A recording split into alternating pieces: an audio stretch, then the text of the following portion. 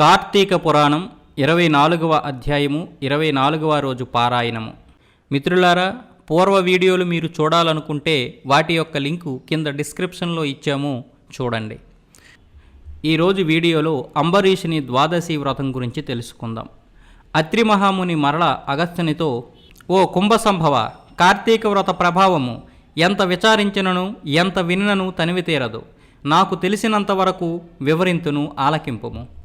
గంగా, గోదావరి మొదలగు నదులలో స్నానము చేసినందువలనను సూర్యచంద్ర గ్రహణ సమయములందు స్నానాదులు నరించినను ఎంత ఫలము కలుగును. శ్రీమన్నారాయణుని నిజతత్వమును తెలిపిడి కార్తీక వ్రతమందు శుద్ధ ద్వాదశి నాడు భక్తి శ్రద్ధలతో దాన ధర్మములు చేయువారికిను అంత ఫలమే కలుగును.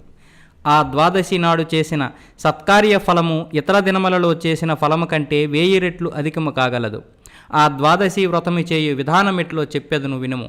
కార్తీక శుద్ధ దశమి రోజున పగటిపూట మాత్రమే భుజించి ఆ మరునాడు అనగా ఏకాదశి రోజున వ్రతము చేయక శుష్కోపవాసముండి ద్వాదశి ఘడియలు వచ్చిన తరువాతనే భుజించవలయను.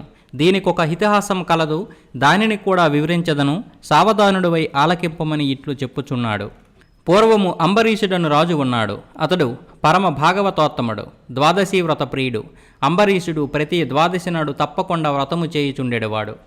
ఒక ద్వాదశి నాడు ద్వాదశి ఘడియలు స్వల్పముగా నుండెను. అందుచే ఆ రోజు పెందలకాడనే వ్రతమును ముగించి బ్రాహ్మణ సమారాధన చేయదలిసి సిద్ధముగా నుండెను. అదే సమయమున అచ్చటకు కోపస్వభావుడగు దూర్వాసుడు వచ్చెను.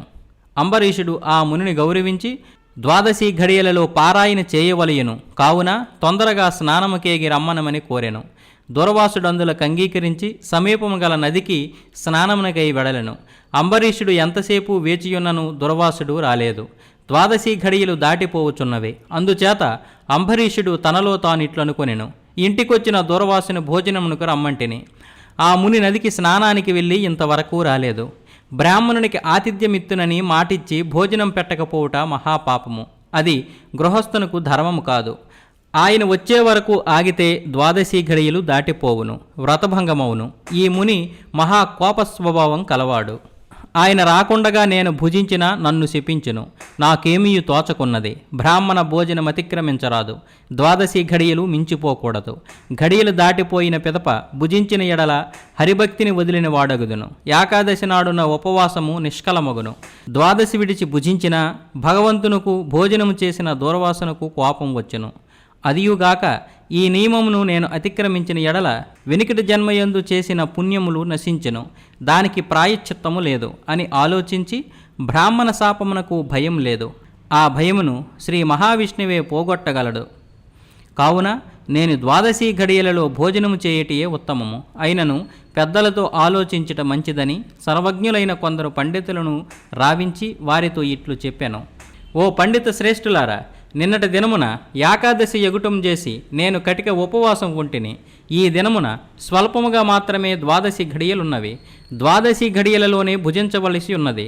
ఇంతలో నా ఇంటికి దూర్వాస మహాముని వచ్చితిరి. ఆ మహామునిని నేను భోజనమునకు ఆహ్వానించితిని. అందులకు ఆయన అంగీకరించి నదికి స్నానార్థమై వెళ్ళి ఇంతవరకు రాకుండెను. ఇప్పుడు ద్వాదశి ఘడియలు దాటిపోవచ్చున్నవి. బ్రాహ్మణుని వదిలి ద్వాదశి ఘడియలలో భుజించవచ్చునా, లేక వ్రతభంగమును సమ్మతించి ముని వచ్చే వరకు వేచి ఉండవలెనా? ఈ రెండింటిలో ఏది ముఖ్యమైనదో తెలుపవలసినదని కోరెను. అంతటా ఆ ధర్మజ్ఞులైన పండితులు ధర్మశాస్త్రములు పరిశోధించి విమర్శ ప్రతివిమర్శలు చేసుకొని దీర్ఘముగా ఆలోచించి, మహారాజా, సమస్త ప్రాణికోటిల గర్భకుహరములందు జఠరాగ్ని రూపమున రహస్యముగానున్న అగ్నిదేవుడు ఆకలిని పుట్టించి ప్రాణులు భుజించిన చతుర్విధాన్నమును పచనము గావించి దేహేంద్రియాలకు శక్తి నొసంగుచున్నాడు. ప్రాణవాయువు సహాయంతో జఠరాగ్ని ప్రజ్వరిల్లెను. అది చెలరేగిన స్కుద్బాధ దప్పిక కలుగును. ఆ తపము చల్లార్చవలనన్న అన్నము నీరు పుచ్చుకొని శాంతపరచవలెను. శరీరమునకు శక్తి కలుగు చేయువాడు అగ్నిదేవుడు. దేవతలందరికంటే అధికుడై దేవపూజ్యుడైనాడు. ఆ అగ్నిదేవుడిని అందరూ సదా పూజించవలెను. గృహస్థు ఇంటికి వచ్చిన అతిథి కడజాతివాడైనను భోజనమిడుదుమని చెప్పి వానికి పెట్టకుండా తినరాదు. అందులోనూ వేదాంగ విద్యా విశారదుడును మహాతపస్సాలియు సదాసార సంపన్నుడైనటువంటి దూర్వాస మహాముని భోజనమునకు పిలిచి వానికి పెట్టకుండా తాను భుజించుట వలన మహాపాపము కలుగును. అందువలన ఆయుక్షీణము కలుగును. దూర్వాసనంతటి వాడిని అవమానమొనరించిన పాపం సంప్రాప్తమగును అని విశదీపరిచారు ఆ జ్ఞానులు. ఇట్లు స్కాంద పురాణాంతర్గత వశిష్ఠ ప్రోక్త కార్తీక మహాత్మ్యమందలి చతుర్విధంశాధ్యాయము 24వ రోజు పారాయణము సమాప్తము. తిరిగి 25వ అధ్యాయము 25వ రోజు పారాయణంలో కలుసుకుందాము.